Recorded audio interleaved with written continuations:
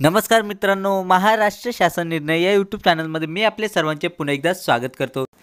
मित्रांनो, आज 15 दिवस पूर्ण झाले असून अंगणवाडीत शिजवलाच नाही पोषण आहार, सेविकांच्या बेमुदत संपाचा झाला मोठा परिणाम। मित्रांनो, याबद्दलची जी काही नवीन अपडेट आहे ती सर्वच आपण जाणूनच घेणार आहोत, पण तत्पूर्वी जर का तुम्ही चॅनलवर नवीन असाल तर नक्कीच आपल्या चॅनलला सबस्क्राइब करून घ्या, जेणेकरून नवीन व्हिडिओ तुमच्यापर्यंत पोहोचत राहतील। तर जराही वेळ न घालवता आपण संपूर्ण अपडेट जाणून घेऊयात। जिल्ह्यातील अंगणवाडी सेविकांनी गेल्या 15 दिवसापासून त्यांच्या विविध मागण्यांसाठी बेमुदत संप सुरू केला आहे।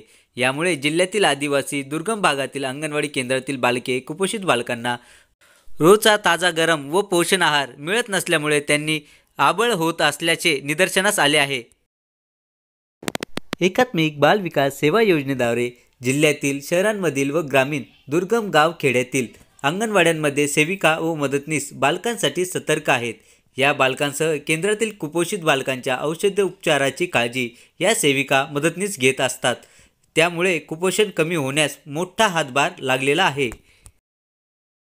पण त्यांच्या आवश्यक मागण्यांसाठी शासन लक्ष देत नसल्यामुळे त्यांनी बेमुदत संप पुकारला आहे। राज्यस्तरीय संप आझाद मैदानावर सुरू आहे।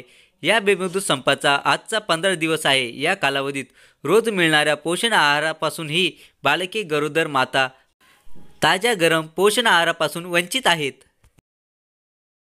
या अंगणवाडी सेविका दर दिवशी 3 ते 6 वयोगटातील लाभार्थी बालकांना ताजा गरम आहार शिजवून देत होत्या, पण अंगणवाडी कर्मचाऱ्यांच्या संपामुळे लाभार्थ्यांच्या तोंड पोषण आहार थांबला आहे। त्यांचे रोजचे वजन उंची होत नसल्यामुळे कुपोषणाची खरी माहिती शासनापर्यंत पोहोचत नाही। प्रशासनाने केलेल्या उपाययोजनाला लाभार्थ्यापर्यंत पोहोचत नाहीत।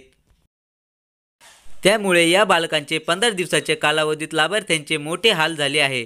याविषयी ठाणे जिल्हा परिषदेचे महिला व बालकल्याण अधिकारी संजय बागुल यांच्याशी संपर्क साधण्याचा प्रयत्न केला, पण त्यांच्याकडून प्रतिसाद मिळाला नसल्यामुळे जिल्ह्यातील पोषण आहार वाटप मोठ्या प्रमाणात खंड झाल्याचे उघड होत आहे। चला तर मित्रांनो, याबद्दलची जी काही नवीन अपडेट येत राहील ती मी नक्कीच तुमच्यापर्यंत पोहोचत राहील, पण तत्पूर्वी जर का तुम्ही चॅनलवर नवीन असाल तर नक्कीच आपल्या चॅनलला सबस्क्राइब करून घ्या, जेणेकरून नवीन व्हिडिओ तुमच्यापर्यंत पोहोचत राहतील। चला तर मित्रांनो, भेटूयात पुढच्या व्हिडिओमध्ये अशीच एक नवीन अपडेटेड बातमी घेऊन। तोपर्यंत धन्यवाद।